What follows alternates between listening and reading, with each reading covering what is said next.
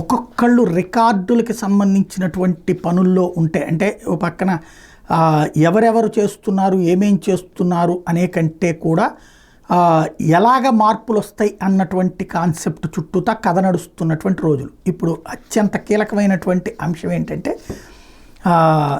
ఎవరైతే ఈ అల్లు అర్జున్కి సంబంధించి ఓ పక్కన సినిమాల్లో తన పుష్ప సినిమాకి సంబంధించి కొత్త రికార్డులే చేస్తున్నాడు. సినిమా ఇది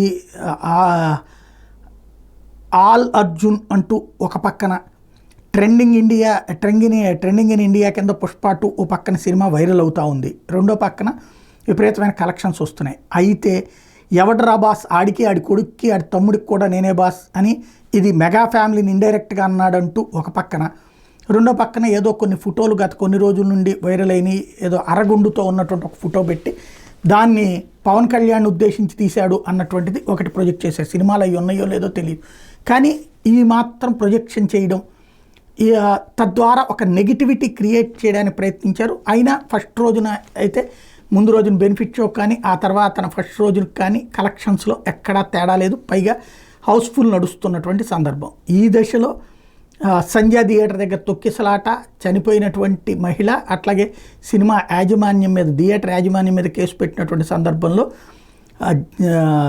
ఈ వీళ్ళు ప్రతి ఒక్కళ్ళని బలి తీసుకుంటారంటూ ఇప్పుడు యాంటీ అల్లు అర్జున్ టీం ఒకటి ప్రొజెక్ట్ చేసుకొచ్చారు. తన సినిమా కోసం ప్రేక్షకుని బలిచ్చారు అన్నటువంటిది ఒక కొత్త టాపిక్ని తెర మీదకి తీసుకొస్తున్నారు.